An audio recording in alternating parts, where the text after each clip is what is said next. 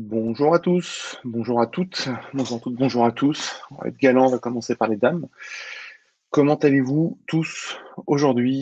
Est-ce qu'il y a du son? Apparemment oui. Est-ce que je me vois sur Twitch? Oui, hélas, je me vois apparaître. Bonjour à tous.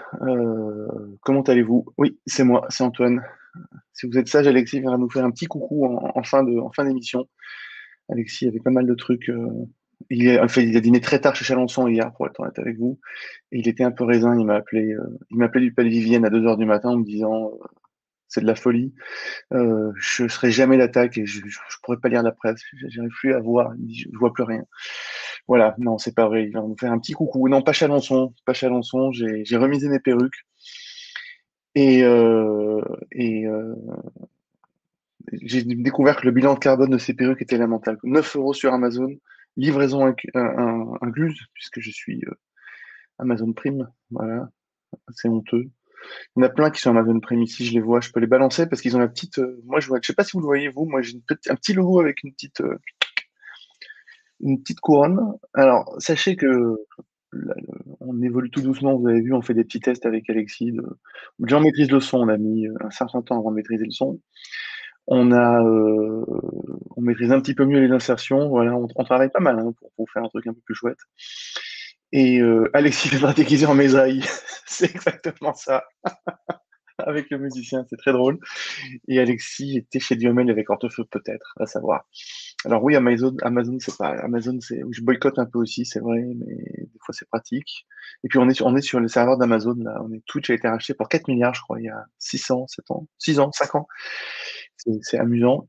Et pour tout vous dire, je me perds mon latin. Voilà, on fait évoluer le format et puis on accède aujourd'hui à des options sur Twitch qui vont nous permettre de proposer à ceux qui le souhaitent, bien entendu, de s'abonner et de reverser automatiquement une partie de leur abonnement Amazon Prime chez nous. Donc ça fera un peu d'argent pour le monde moderne.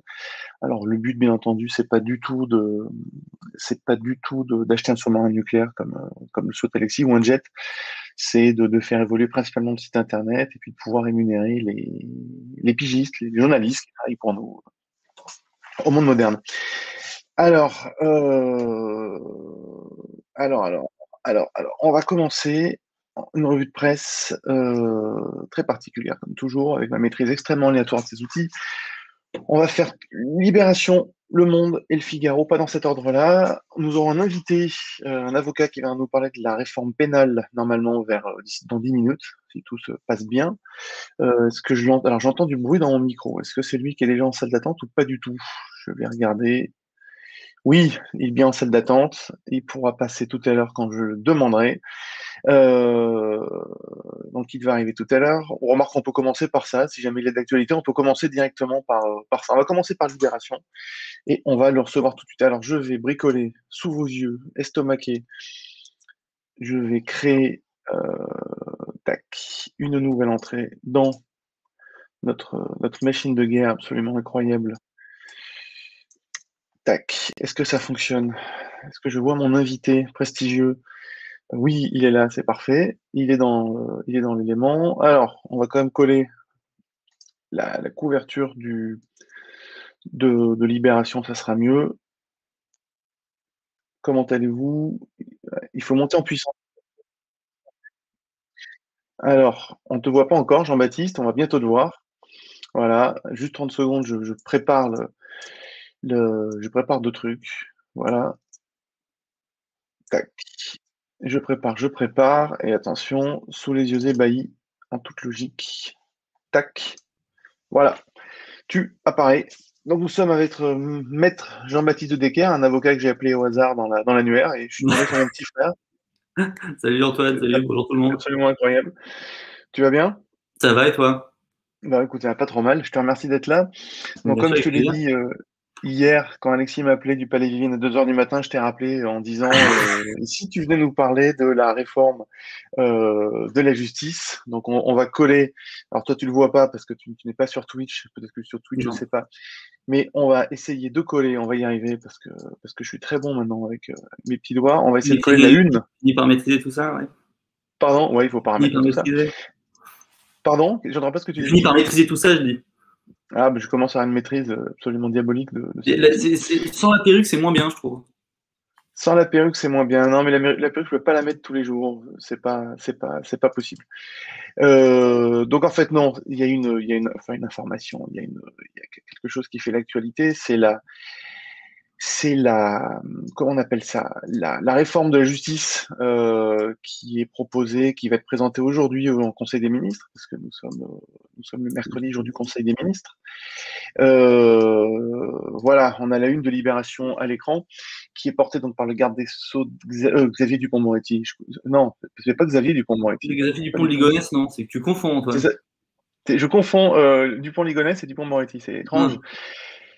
Donc c'est porté par le garde des Sceaux. Il y a trois éléments importants dans la réforme de la justice, puisqu'il va y avoir des procès d'assises sans juré, c'est un point qui est important. On parle de beaucoup de travail en prison aussi, et puis on parle de capter et d'enregistrer, de filmer les procès. Voilà, la captation des procès.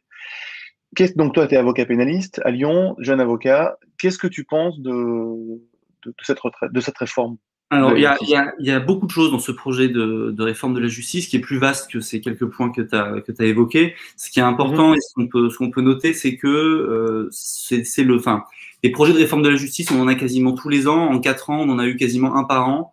Aujourd'hui, les juridictions, elles sont complètement asphyxiées. Elles ont plus les moyens de faire leur travail. Et ce qui est beaucoup critiqué, c'est qu'on n'a même pas eu le temps d'encore complètement implanter la précédente réforme de la justice qui avait eu sous Nicole Belloubet, qu'on est déjà en train d'en faire une autre, qui va changer beaucoup de choses et qui est en fait assez transversale. Alors qui se pose pratiquement que sur la question de la justice pénale. Il y a très peu de choses sur la justice civile qui ont été évoquées. Voilà. Alors, je sais pas, tu veux revenir point par point sur tous les points qui ont été en Non, place. non, mais, bah, typiquement, les Ouais. jurés, qu'est-ce que Alors, tu en penses? les jurés populaires, il faut comprendre d'où ça vient.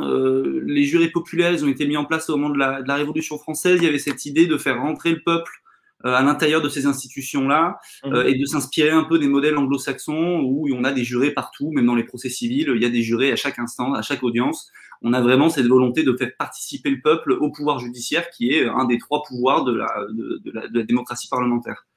Euh, Aujourd'hui, on sait que les cours d'assises, c'est des juridictions qui fonctionnent bien. C'est des rares juridictions où on a le temps de parler de la vie des gens, de qu'est-ce qui a pu leur amener vers les crimes, vers les infractions qu'ils ont pu commettre.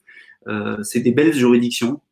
Euh, on est toujours dans cette logique de réduction des coûts, parce que ça coûte cher de trimballer 12 jurés et de les faire tous venir comme ça pendant 6 jours, une semaine, pour parler du détail de la vie des gens, faire venir tous les Mhm. témoins, faire lire les expertises, lire toutes les pièces, parce que ça, c'est un élément important de la cour d'assises, c'est que tout ce qui est dans le débat, il y a un principe d'oralité, en fait, qui est que les éléments qui vont être pris en compte sont uniquement les éléments qui ont été évoqués à l'oral pendant les débats. Donc, c'est une Mhm. juridiction, vraiment, on va prendre le temps. C'est des peines qui sont super lourdes, qui sont encourues. Hein. Ça va de tout ce qui est entre 15 ans de prison et la perpétuité. Donc, l'idée, c'est de dire, voilà, on D'accord. va prendre le temps et on va tout évoquer et on va tout faire en sorte que ce soit accessible pour les jurés et que les jurés puissent juger cet homme, cette femme qui est devant eux entre pairs. Voilà. Alors, le projet de loi veut pas supprimer les jurés d'assises de toutes les procédures. Hein.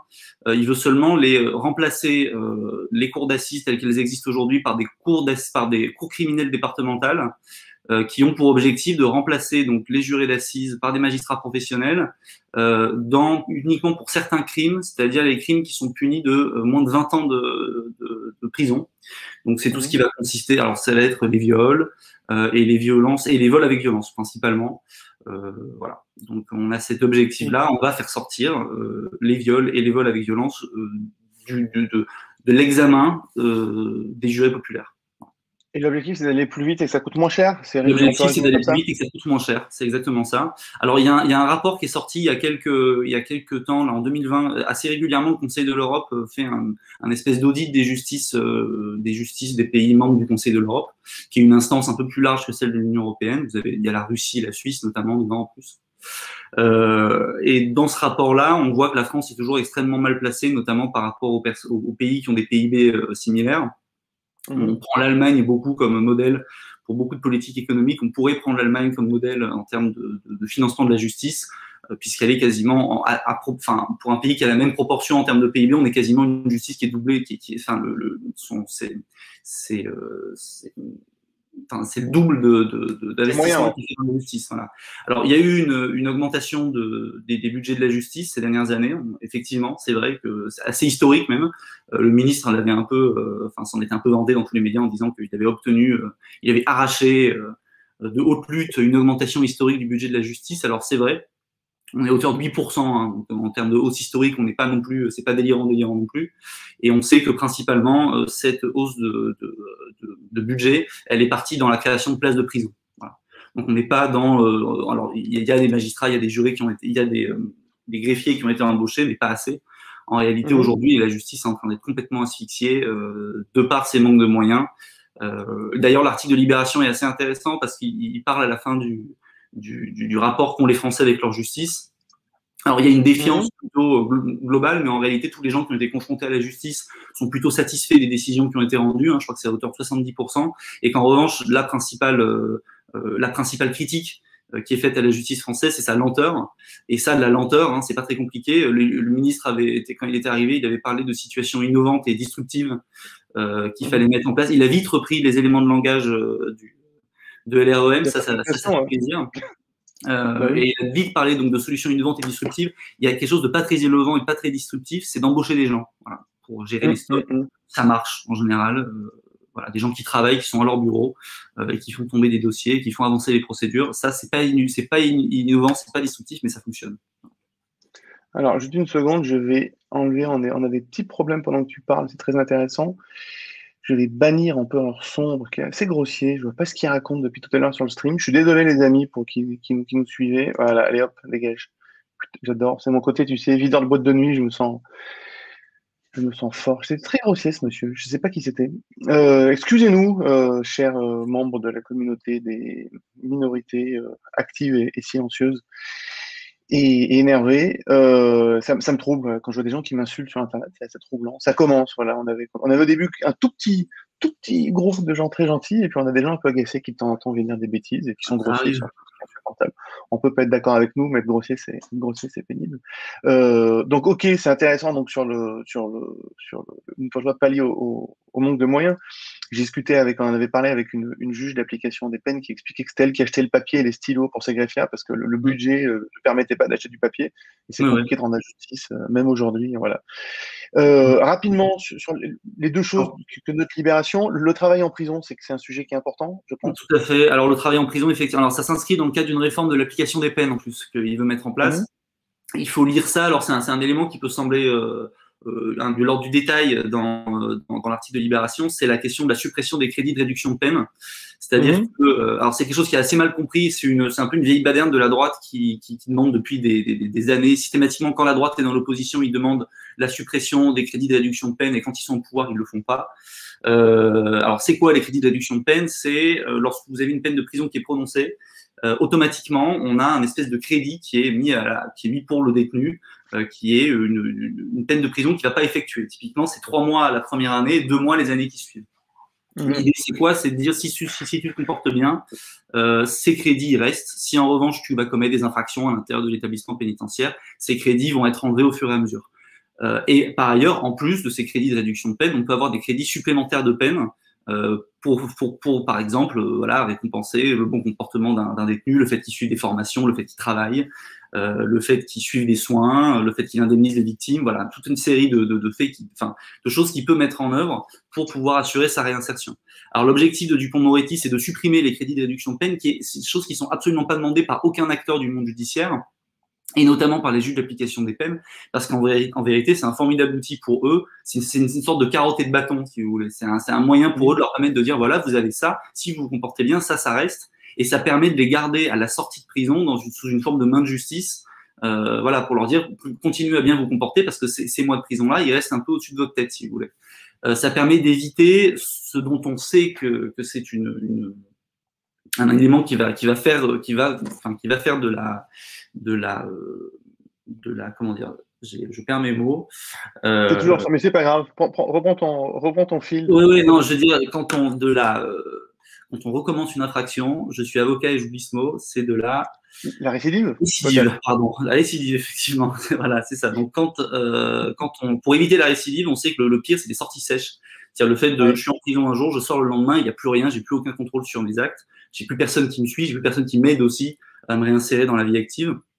Là, on sait que c'est catastrophique et on sait que ça mène à des schémas de récidive. Les crédits de réduction de peine, ils permettent d'éviter ça.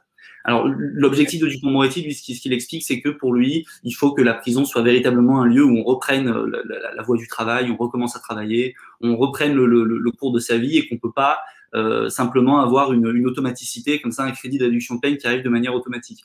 Alors, pourquoi pas le fait de travailler en prison, c'est plutôt quelque chose que les détenus demandent. Hein. Suivre des formations, c'est quelque chose que les détenus veulent faire. Hein. Les détenus qui restent dans leur prise, qui restent dans leur cellule 23 heures sur 24 à rien faire de leur journée, c'est pas une situation qui est enviable. La plupart d'entre eux, ils veulent justement pouvoir suivre des formations, se réinsérer, suivre des soins. Le souci, c'est que on est encore sur cette question du manque de financement. Il y a des prisons qui sont très bien pourvues en travailleurs sociaux, puis en travail tout simplement. Et d'autres qui le sont beaucoup moins, et il va y avoir un gros problème d'inégalité entre établissements pénitentiaires. Et puis, c'est aussi une charge supplémentaire qui est laissée sur les juges d'application des peines. Et encore une fois, quand on connaît les manques de moyens qu'ils ont, je ne sais pas comment ça va pouvoir être mis en œuvre. Voilà. Alors, l'idée aussi, dans le projet de loi, ce qui est prévu, c'est quelque chose qui, pour le coup, est assez consensuel du point de vue de tous les acteurs de la justice, c'est la question du contrat de travail, l'entrée du droit du travail en détention. Alors, il a expliqué, ce serait pas exactement le droit du travail, c'est pas le code du travail qui rentrera, c'est pas un contrat de travail type de droit commun qui va rentrer en détention, mais on va avoir un semblant de droits sociaux qui vont être reconnus aux détenus, puisqu'aujourd'hui, je crois que, par exemple, typiquement, le salaire minimum en détention, on est loin au-dessus du SMIC. Le SMIC, on est à peu près entre 10-12 euros à l'heure. Là, on est autour de 2-3 euros, je crois, en détention. On n'a pas du tout les mêmes droits qui sont reconnus aux détenus. On a un semblant d'entrée de droit du travail et de protection sociale pour les détenus. Et ça, c'est plutôt quelque chose qui est positif et qui est salué par la plupart des acteurs du milieu pénitentiaire. Ok. Et pour finir rapidement sur la captation, après il y a quelques petites questions qui arrivent sur le stream, donc je te les poserai rapidement. Sur la captation des procès, tu en penses quoi? C'est un gadget? Ça pose beaucoup de problèmes? C'est un gadget. Alors au début la question qui s'était posée, c'était que ce soit les juridictions elles-mêmes qui filment, sauf qu'assez vite, on s'est rendu compte que ça allait coûter un fric monstrueux, donc ils l'ont pas mis en place. Alors faire rentrer les équipes de télévision dans les juridictions, pourquoi pas? Si ça peut permettre effectivement aux gens de se réapproprier cet outil-là parce que finalement les gens connaissent pas la justice, comment elle fonctionne. Il y a beaucoup de fantasmes sur soit elle serait trop sévère, soit elle serait trop laxiste. Alors, on entend beaucoup qu'elle serait trop laxiste. C'est quelque chose qui revient assez fréquemment dans le débat public. Si ça peut permettre aux gens de voir comment un procès fonctionne sans avoir à se déplacer en juridiction, pourquoi pas? Pourquoi pas? Alors après, la question, c'est quels procès vont être filmés, quels vont être les choix éditoriaux des chaînes qui vont être autorisées à filmer les procès. Combien de temps on diffuse aussi? Problème. Voilà. C'est vrai qu'il faut, à mon sens, qu'il y ait un contrôle. Alors, je ne sais pas exactement ce qui est prévu dans le projet de loi. Ça, c'est aussi quelque chose qui est assez typique disons, des projets de loi macroniens. C'est que on a très peu d'acteurs qui ont été investis finalement dans la rédaction de ce projet. Très peu de syndicats ont été entendus. Globalement, ça s'est critiqué par tout le monde. Alors, les barreaux ont été consultés sur quelques éléments. Il y a des choses qui devaient figurer dans le projet de loi qui n'y figurent pas. La question de l'avocat en entreprise, par exemple, pour étendre le secret professionnel de l'avocat aux juristes en entreprise. Ça a été beaucoup critiqué. Moi, j'avais un peu travaillé là-dessus. Finalement, ça a été abandonné. Donc, il y a eu un semblant de consultation, mais pas suffisamment. La question, pour revenir sur la question des cours départementales criminelles, par exemple, il y avait une expérimentation qui avait été décidée qui devait durer 2 ans. On a eu les premières remontées qui sont arrivées, qui sont alors plutôt satisfaisantes de la part des acteurs de terrain. Je ne me suis pas penché dessus, mais c'est ce qui ressort en tout cas de l'article de Libération. Mais on n'a pas du tout attendu que ça soit mis en œuvre pour en tirer des résultats concrets. On accélère les choses. On a très peu de consultations en réalité qui est faite sur ces questions-là. Ok. Et une toute petite dernière question. Il y a un commentaire, alors il faut que je remonte le stream pour voir qui nous pose la question, mais sur le vote en prison, c'est Annixé qui nous pose la question. Est-ce qu'on peut voter en prison? On vote pas en prison. On peut voter en prison. On peut voter en prison, c'est partie des droits des détenus. Alors après, encore une fois, c'est une question de mise en œuvre des droits. Sur les droits, ils sont reconnus, il n'y a pas de difficulté. Le souci, c'est la mise en œuvre de ces droits et les moyens qu'on met en œuvre. Et là, il y a une question, encore une fois, d'inégalité entre centres pénitentiaires. Il y a des centres pénitentiaires qui ont plus d'argent, qui sont mieux dotés pour plein de raisons différentes, qui font que oui, on peut voter en détention. Et puis il y en a d'autres où on a des établissements qui sont vétustes, surpeuplés, avec pas assez de moyens, pas assez de personnel. Et là, c'est beaucoup plus difficile à mettre en œuvre pratiquement. Après, il y a toujours une possibilité de faire De procuration. des procurations, mais Ok. voilà. En prison, on devrait pouvoir voter. En tout cas, il y a des gens qui sont installés dans les centres pénitentiaires. Ah, il y a Kibous qui pose une question qui dit: j'ai pas compris, la captation sera rediffusée ou c'est juste un document interne en procès juridique? Ça serait bien pour des Non, rediffusions. L'idée, ça serait de pouvoir ce serait pour des diffuser. rediffusions. Tout à fait. Lui, alors, il le justifie par le fait de vouloir rapprocher les gens de la justice. Voilà. Pourquoi pas, hein. Mais après, la Ouais. grande question, c'est quels vont être les choix éditoriaux et quel va être le contrôle que va pouvoir faire la justice sur ces rediffusions, tout simplement. Ok. Bon, mais écoute, je te remercie d'avoir passé un peu de temps avec nous parce que Avec c'est un plaisir. sujet qui est important et je voulais pas passer trop dessus. Tu reviens quand tu veux pour parler de ces sujets-là, on te réinvitera. Avec plaisir. Euh, Bonne, et je te souhaite une bonne journée. une bonne journée à vous aussi. Salut tout le monde. Ciao Jean-Baptiste. Ciao.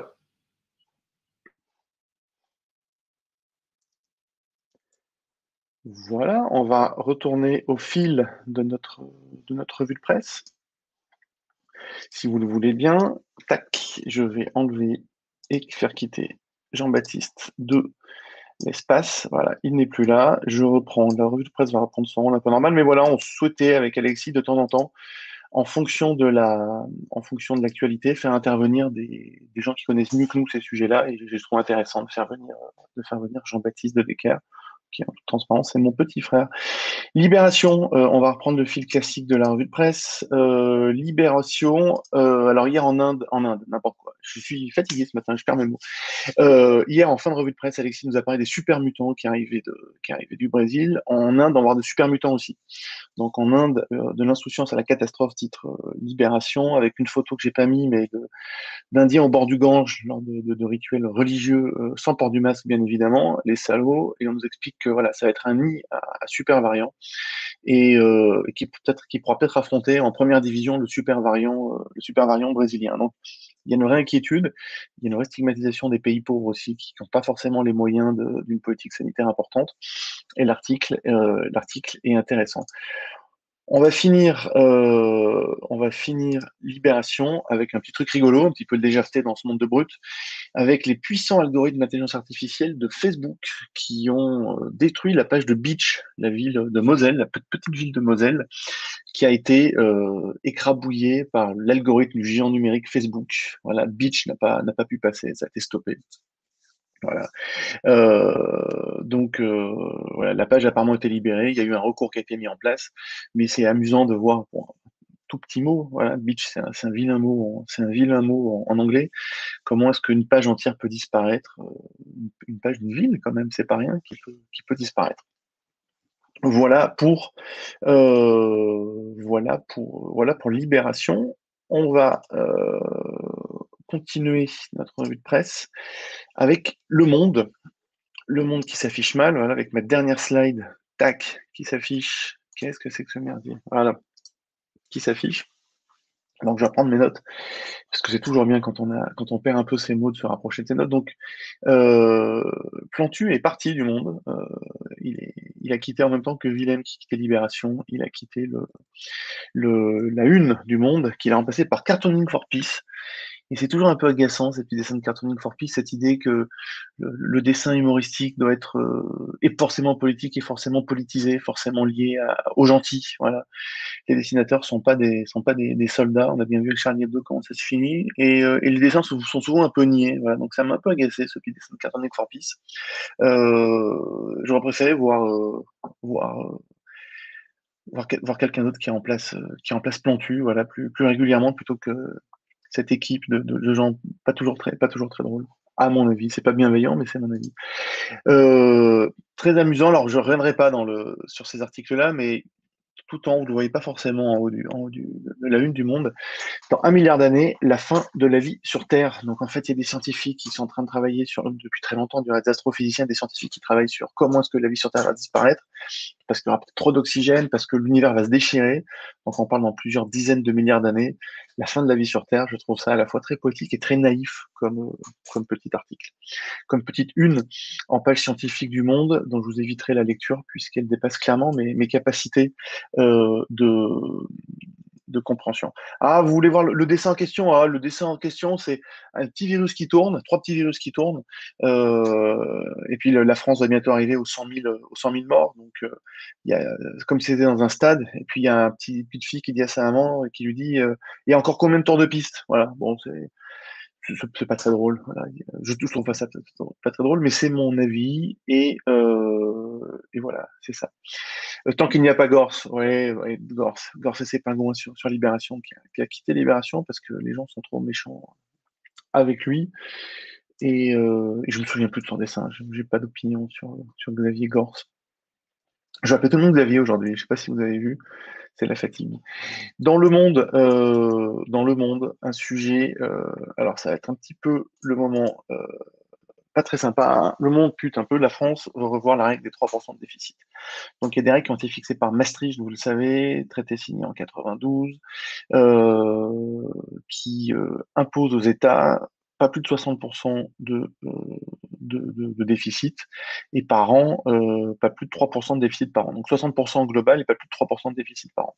Alors aujourd'hui, la France veut revoir ces règles. Alors ces règles ont été décidées, on raconte, à Bruxelles, au 421 avec des dés, puisqu'en fait, apparemment, pour beaucoup d'économistes, elles veulent pas dire grand-chose. Ces 3% ne devraient pas être les mêmes en fonction des pays, en fonction des économies, et elles n'ont pas réellement une assise scientifique précise.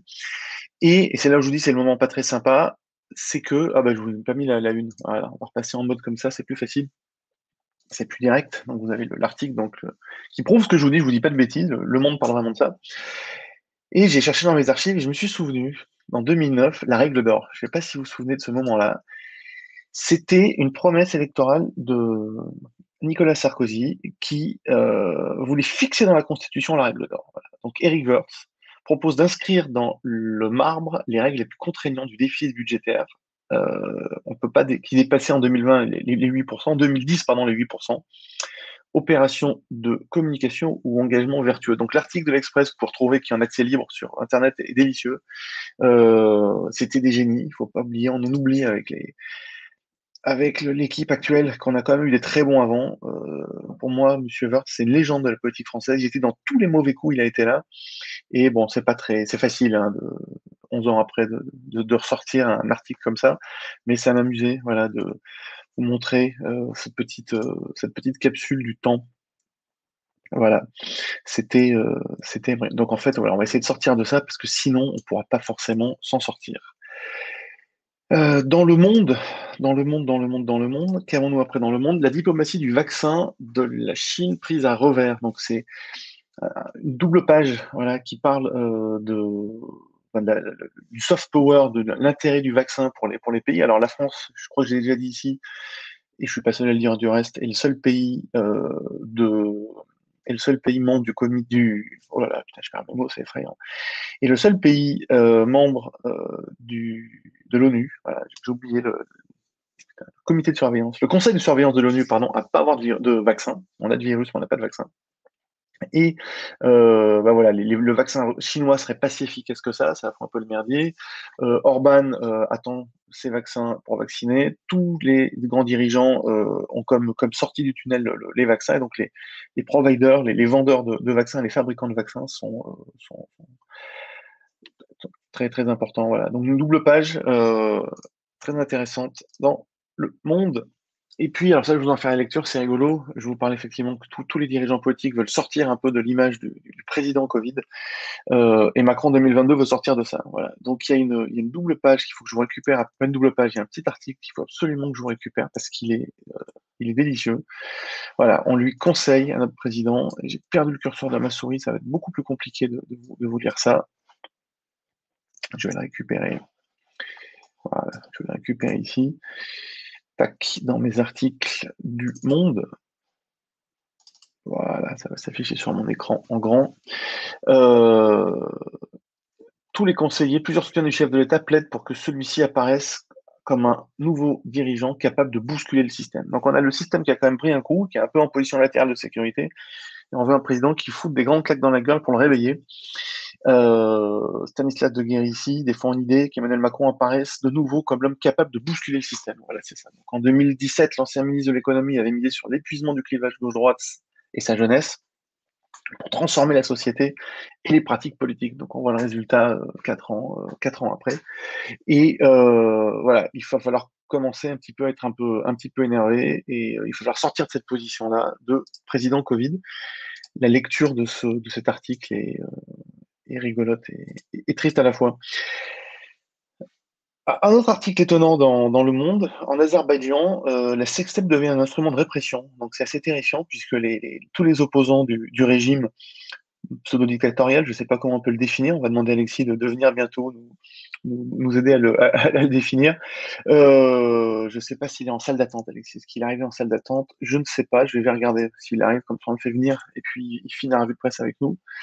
Où est-il, Alexis? Tac. Est-ce qu'il est là ou pas? C'était marrant, dès qu'il y a sextape, je pense à Alexis. Je ne sais pas pourquoi, c'est bizarre. Il n'y a aucun rapport pourtant.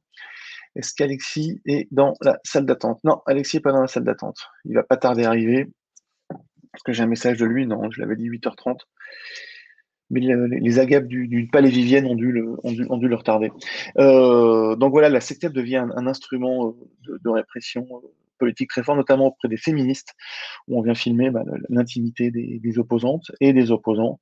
On passe dans les bureaux de la police nationale, ils disent regardez, on a quand même des trucs, ça là, ça vous montrer, et dans un pays extrêmement, comment dirais-je, paradoxal, voilà, il y a des pratiques qui ne peuvent pas te montrer, qui ne peuvent pas te filmer. Ça nous renvoie à notre pauvre, comment s'appelait-il déjà? Je sais pas ce que j'ai aujourd'hui, j'ai plus mes mots, hein. Pourtant, je connais que lui, le monsieur là qui a montré son zizi sur Internet, qui était travaillé avec Emmanuel Macron, par un vilain artiste, pseudo-artiste. Comment s'appelle-t-il? Benjamin Griveaux. Voilà, le pauvre Benjamin Griveaux. Bon, c'est parfaitement dégueulasse, hein. Attention, hein, j'aime pas Benjamin Griveaux, mais c'est particulièrement répugnant. Merci à tous de m'aider. C'est lamentable, hein, de venir prendre des photos et les montrer. Euh, bon, là, c'était un artiste russe, hein, qui expliquait que c'était sa façon d'exhiber son couple, sa vie privée dans les journaux de presse. Euh, il faisait ça pour montrer ça, c'était une sorte de symétrie. Bon, moi, je trouve ça parfaitement dégueulasse, mais voilà, l'article montre que ce sont des pratiques aujourd'hui qui sont standardisées en Azerbaïdjan. Et c'est vraiment dégueulasse. Et puis on va finir le monde avec sa guenille sur Mars. Donc il y a un petit robot, une petite hélicoptère, drone hélicoptère qui était sous le gros drone qui s'est posé il y a 2 mois maintenant sur Mars et qui va être le premier objet volant qui va se déplacer sur Mars. Donc il y a un côté complètement poétique et un peu vain. Il y a un article très bon que je vous conseille sur le site web Medieval Web d'Irene Regnault qui est très intéressant, qui parle de l'absurdité d'aller sur Mars, les contraintes incroyables, les enjeux, l'argent dépensé pour finalement euh, très peu de, on ne sera pas martien en fait, ça va pas arriver tout de suite. Il n'y a pas de plan B, il n'y a pas de plan C, il n'y a pas de planète B, c'est pas vrai. Selon cet article et selon sa lecture d'un livre assez amusant, il parle notamment du voyage qui est très long, de la promiscuité, de l'arrivée sur un endroit extrêmement inhospitalier, de repartir. Pourquoi? Pour quel but? Voilà, en attendant, on a sur Mars le petit robot qui va essayer de décoller. Il n'a pas décollé puisque les capteurs ont dit que ça déconnait un peu. Alors je crois qu'il y a 1 minute ou 2 minutes de transfert entre Mars et la Terre, donc il ne peut pas piloter en temps réel, donc son vol est programmé. Et là, au pré-vol, il s'est rendu compte qu'il y avait un problème. Voilà, donc voilà, il va y avoir le premier vol d'un objet martien euh, sur Mars. Un objet martien, il est forcément sur Mars. Tac. Comment allez-vous du côté du stream? Griveaux le gaulliste. Oui, Benjamin Griveaux, c'est pas un génie, effectivement. Non, ce qui est dégueu, c'est pas ce qu'il exhibe, en fait. Euh, il fait ce qu'il veut, Monsieur Griveaux, je pense. Mais, euh, mais voilà. Est-ce qu'Alexis est arrivé? Est-ce qu'Alexis est dans la salle d'attente du monde moderne? Ou est-ce que je continue sans lui? Je sais que ça vous ferait plaisir de le voir. Es-tu là, mon bon ami? Tac. Ah, je reçois un message, Alexis. J'y suis. Magnifique. Donc, on va faire venir Alexis. Alors attention, hein, ça va être de la magie. Préparez-vous, ça va être sublime comme moment. Allez, je le fais en direct. C'est plus rigolo de le faire en direct. Donc moi, je me mets en plus petit. Voilà. Non, ça marche pas. Non, je n'arrive pas. Si, voilà, je me mets en plus petit. Je fais de la place pour Alexis. Je vais ajouter une caméra. Alors, normalement, on s'en prépare à l'avance hein, quand on est vraiment bon. Voilà, donc là, vous voyez que c'est le merdier. Alexis va me maudire, il va me dire, mais c'est pas pro, c'est quoi ce bordel? Ça va pas du tout. Bah non, je te vois pas, Alexis. Je te vois pas, Alexis, dans la salle d'attente. Est-ce que tu as lu le mail que je t'ai envoyé? Je t'ai envoyé un mail. Voilà, je t'ai envoyé un mail avec la bonne adresse. Où es-tu, mon bon? Attendez, on va revenir là-dessus. Non, c'était foireux, comme faire ça en direct, c'est foireux. C'était un petit peu hasardeux, allons nous dire. Voilà. Je t'ai envoyé en direct, je t'ai envoyé un lien, Alexis, un nouveau lien. C'est pas le lien d'hier. Bon, excusez-nous. Ah, super, les effets spéciaux, ouais, c'est ça. Ni David Copperfield, ni Jean-Luc Mélenchon avec son hologramme. On voudrait faire ça en hologramme, comme Jean-Luc Mélenchon en 2017. Ça aurait un petit peu de gueule. Non, Alexis, en fait, on a plusieurs salles d'attente. On a fait patienter nos invités. Et comme souvent, j'ai changé au dernier moment l'adresse. Voilà, je vais te la renvoyer. Tac. Je te renvoie l'adresse, Alexis. Je te la renvoie sur ton téléphone, comme ça tu pourras venir tout de suite. Il y a trop d'outils, il y a trop d'éléments, il y a trop de technologie en fait. La technologie tue la technologie. Voilà, hop, coller, envoyer. Tac. Voilà, je t'ai envoyé l'adresse. Voilà. Il va arriver. Il va arriver, j'espère qu'il va arriver. C'est l'effet Bonaldi, c'est un petit peu ça. Alexis est dans la matrice, j'espère pas. Bonaldi, c'est ce monsieur sur nulle part ailleurs qui présentait des trucs qui marchaient jamais. Et c'était plutôt bon enfant et plutôt rigolo. L'innovation était moins agressive à l'époque, dans les années 80-90, 90 surtout. Voilà. Alors, bon, Alexis n'est plus là. Je sais pas pourquoi il n'est pas là. Pourtant, j'ai tout bien fait. C'est trop injuste. C'est trop injuste. Tac, tac. Non, toujours pas. C'est incroyable, ça. Bah, pour moi, ça. Ah, bah, il arrive. Alexis arrive. Magnifique. Alexis arrive. Il est sublime. Alors, je vais juste copier l'adresse dans la matrice. Voilà. Et notre ami Alexis va arriver. Bon, je le fais en direct, hein. C'est parfait. C'est magnifique. Tu es magnifique, Alexis. Tu ne changes rien. Je vais juste. Voilà. T'as vu ça un peu? On voit tout ce qui se passe. Tac. Voilà. Tu vois, c'est easy le broadcasting, Alexis. Ah, c'est easy avec toi. Avec moi, c'est toujours easy, tu vois. Tac. Et t'es là. Take T'es en it direct. easy. T'es Ben bien beau, dis-moi. voilà. Tu t'es pas changé d'hier soir, Salut. toi? Bah oui, je suis sur Sud Radio. Non, Sud Non? Radio. Ben non, je suis parti chez Salanchon. J'ai pas eu le temps d'entrer à la maison, donc voilà. J'ai juste volé une cravate napoléonienne, hein. Cette cravate a appartenu donc à Jean-Michel À Napoléon. Napoléon? Voilà, oui, qui aimait beaucoup les coquillettes au fromage, Jean-Michel Napoléon. Sacré Jean-Mi. toujours le, Tu vas bien? toujours la pêche. Bah écoute, ça va. Bonjour tout le monde. Bonjour. Très bien d'avoir invité Maître de Decker pour parler Ouais. de la réforme de la justice. C'était une superbe idée. Ouais. Belle surprise ce matin. Écoute, on en Euh, parle. On veut faire évoluer un petit peu les formats, essayer de faire plus court. On essaie de ouais, condenser. On non, va c'est peut-être vrai. le faire passer en deuxième partie. Oui, Il y a beaucoup de gens ouais, qui on nous va disent voir qu'il comment faudrait faire une faire. partie courte, revue de presse, puis une partie un peu plus longue, un peu Ouais, plus magazine, parce qu'on a décidé qu'on se c'est donnait un vrai. peu 1 heure maintenant tous les jours pour ça. Oui, ce qu'on va faire, c'est on fera une revue de presse resserrée, je pense. On fera les grands titres de quoi on va parler, en fait, pendant 5 minutes, 10 Mhm. minutes. Et puis après, on déroulera, quoi. Mais je pense qu'on aura une partie peut-être moins drôle ou moins de punchline. Mais qui Moins fera d'imitation, c'est ça? Moins de une perruques? vraie. Mais oui, mais bon, on peut pas tout Bon. imiter. Là, Bon, tu es sur Sud Radio, là? pourtant.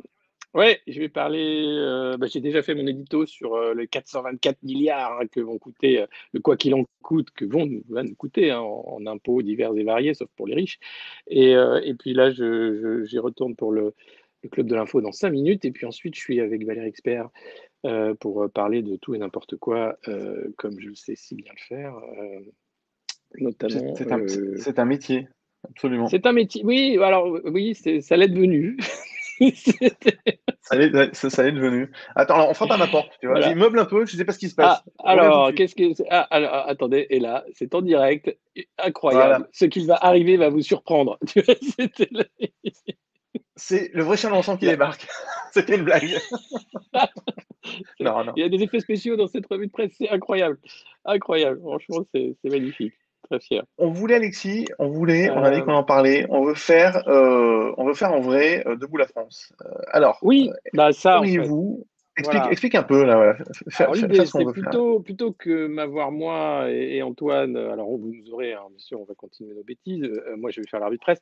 On aimerait, une fois par semaine, je ne sais pas, on va varier les cadences, avoir l'un de vous en tant qu'invité qui viendrait nous rejoindre à l'antenne pour parler d'un peu de votre matinée avec ce que vous mangez, ce que vous faites, pourquoi vous aimez cette revue de presse et voilà, et qui vous êtes et puis rigoler avec vous et puis faire connaissance, ça pourrait être pas mal.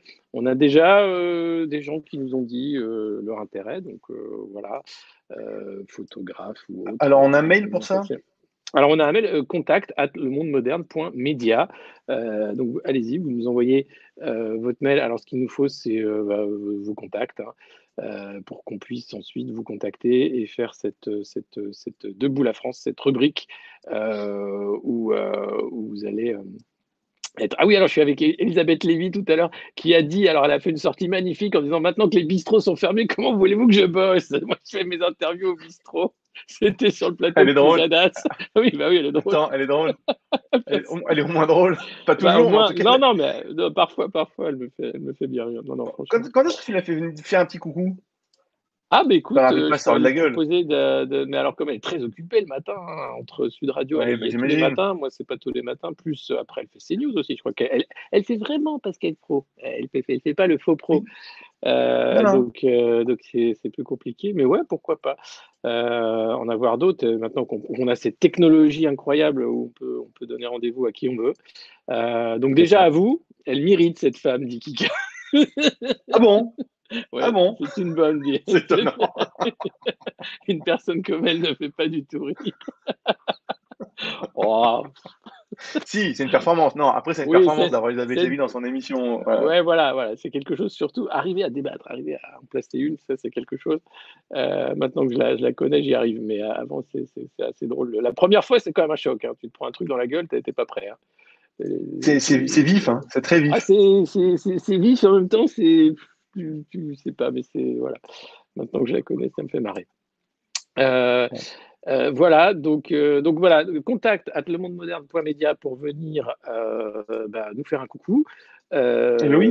Dans cette rubrique Debout la France, vous pouvez être chez vous, en Mm, mm. pyjama, en ULM, si vous rêvez d'aviation, vous pouvez être dans une soirée privée qui en after, hein, qui n'en a pas fini. Vous pouvez aussi être dans un camion de CRS, hein, peut-être êtes-vous membre des forces de l'ordre et nous écoutez-vous, alors pourquoi pas. Embedded, l'idée c'est un peu voilà, d'aller aux quatre coins de ce pays, parce que je sais que vous nous écoutez de partout, et voilà, ce serait chouette. Moi, il y a un grutier qui me fait rêver. Il y Oui, a on quelqu'un sur le stream qui a dit, moi, je a suis en haut de ma grue. Il a commencé à parler boutique avec un autre grutier. Donc, on est numéro un. On est la rue de poste numéro un chez les chez les grues. grutiers. On est au top. J'adorerais On est au top. avoir un petit coucou au téléphone. On peut faire ça depuis un téléphone. On n'a pas besoin d'être sur un Non, ordinateur. là, Tu je fais suis depuis un sur mon téléphone. Voilà, téléphone. c'est ça. Voilà, donc en fait, on vous Voilà. envoie un lien. Ensuite, vous n'avez qu'à cliquer et Et avoir un vous êtes chez nous. téléphone fonctionnel ou un ordinateur fonctionnel. Et vous êtes chez nous. Voilà, vous êtes chez vous d'ailleurs. C'est l'arbitre presse du monde moderne, hein. C'est pour ça qu'on fait ça, pour se retrouver tous les matins dans la joie et la bonne humeur, avec cette bienveillance que vous aimez tant. Voilà. Toujours. Tu fais bien la bien. J'arrive pas, moi. Moi, j'ai l'air triste. Non, Moi, toi, je suis t'as l'air un peu con et méchant. triste. Oh là là, Non, ouais, j'ai l'air méchant. Ouais. Ça, c'est chauve. Hein, c'est le côté chauve qui fait méchant. Voilà. Alexis, on va te libérer. Eh T'es ben ouais, attendu sur j'y d'autres vais médias, avec Elisabeth m'attend, bien sûr. bien On doit sûr. parler turf, aujourd'hui, bien sûr, les courses à Vincennes, bien l'As, le 12, le 13, Joachim Dubélé, et ne m'oublie pas, Son Forget. On N'oublions pas. verra. Voilà, j'ai hâte de me reconvertir en pronostiqueur, Comme des Guilux. courses, comme Guilux, Comme comme Guilux qui était Rositrone, comme les meilleurs. Voilà. les meilleurs, les meilleurs. Voilà, Le les tiercé, meilleurs. non, le meilleur, c'est quand même Le tiercé, c'est mon Omar Sharif, dada, qui était quand Amar même le Sharif, prince. le prince du turf. Voilà, allez, je vous fais des bisous. Je te laisse Mais finir oui, cette revue de presse. Moi, je dois filer sur Sud. Allez, bisous. parfait. Bise Alexis. Ciao. Ciao, ciao tout le monde. Bonne journée. Bonne journée à toi, Alexis.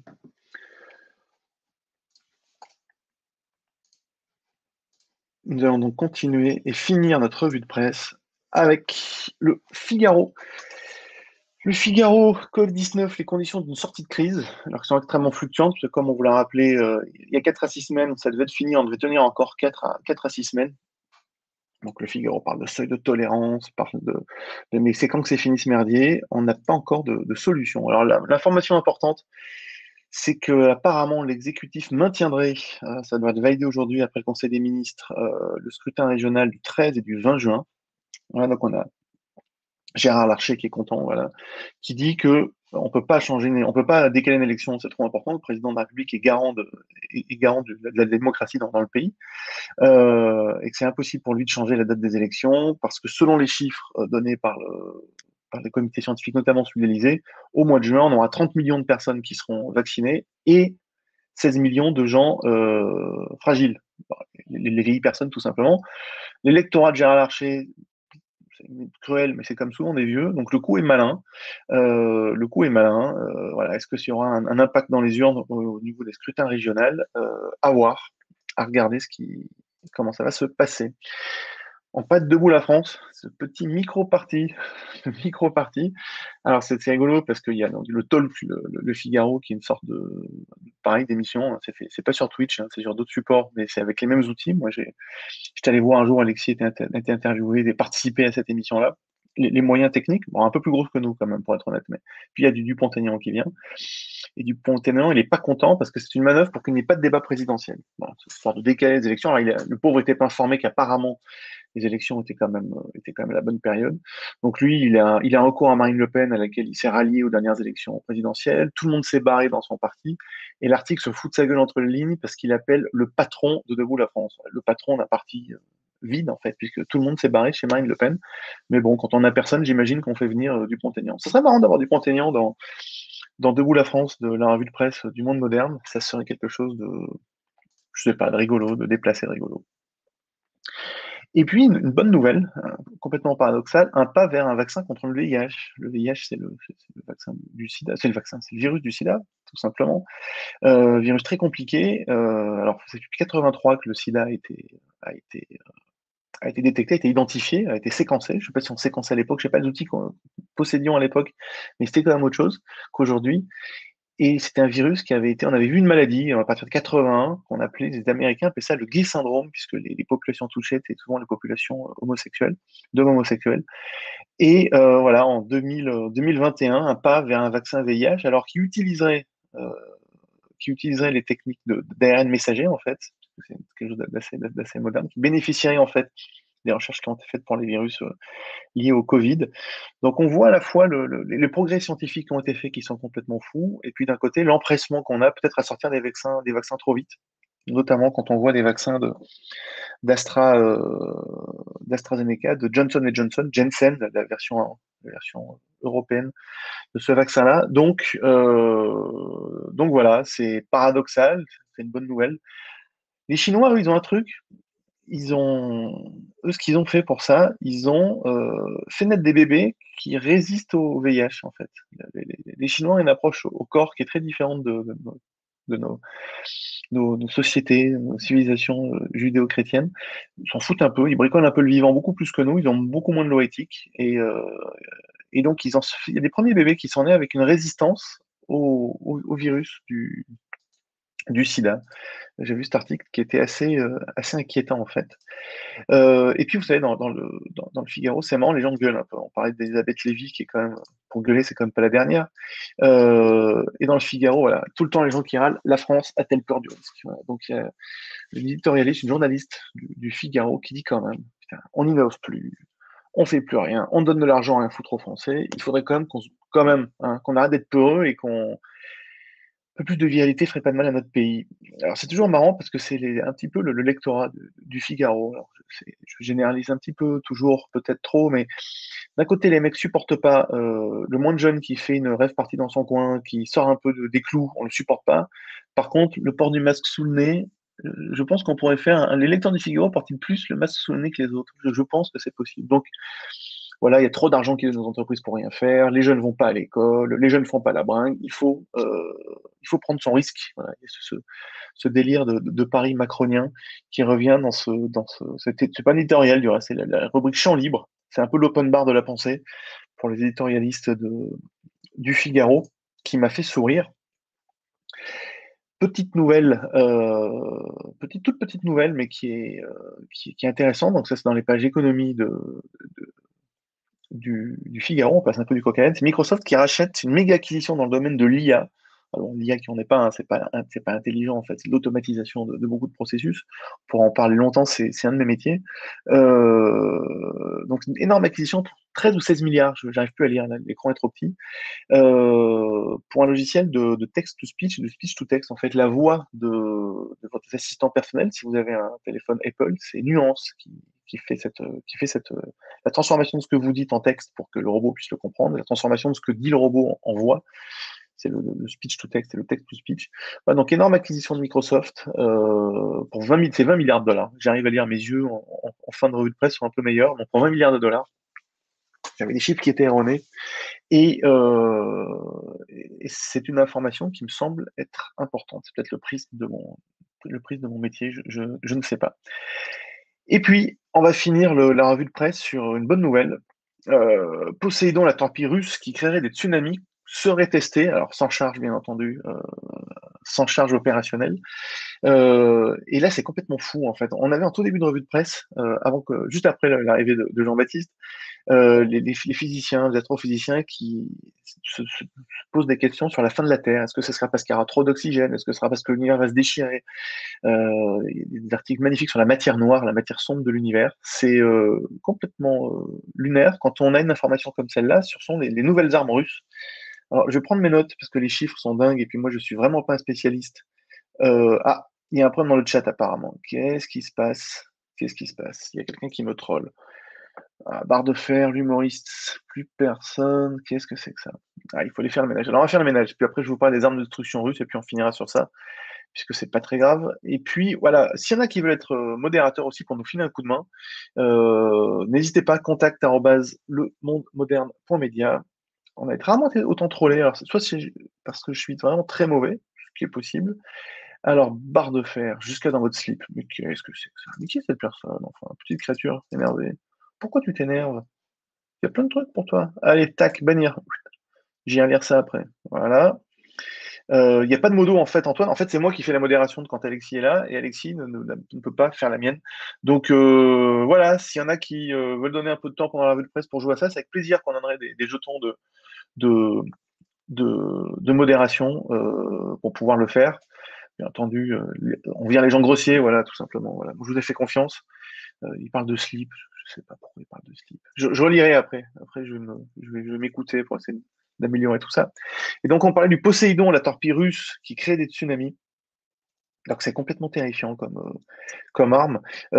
Poutine, en 2006, avait lancé toute une série c'est pas en 2006, du reste. C'était un peu plus tard. Bon, l'année ne compte pas. 3 armes principales pour les Russes, donc des missiles hypersoniques qui vont à des vitesses encore plus rapides que des missiles intercontinentaux et qui se permettent d'avoir des orbites beaucoup plus complexes à détecter. Donc ce sont des armes assez terrifiantes qui peuvent voler pendant plusieurs heures à des vitesses folles avec des moteurs nucléaires. Donc on a vu une explosion l'été dernier d'un site. L'explosion était complètement hallucinante, on s'est cru dans un manga. Et puis là, donc ils ont des avions de chasse, nos avions de chasse, et là, ce que les Anglais appellent la heavy metal diplomacy, donc c'est une torpille nucléaire à propulsion atomique. Donc c'est atomique à l'arrière pour pousser, et c'est atomique devant pour exploser. Donc 185 km sous l'eau, c'est la folie furieuse, ogive de plusieurs mégatonnes, donc je crois qu'Hiroshima c'était quelques tonnes, c'était une vingtaine de tonnes, je crois, d'équivalent explosif, c'est déjà énorme, et puis 10 000 km d'autonomie, donc ça permet au truc de se balader comme ça. Et donc, petite cerise sur le gâteau, la charge contiendrait du cobalt 60.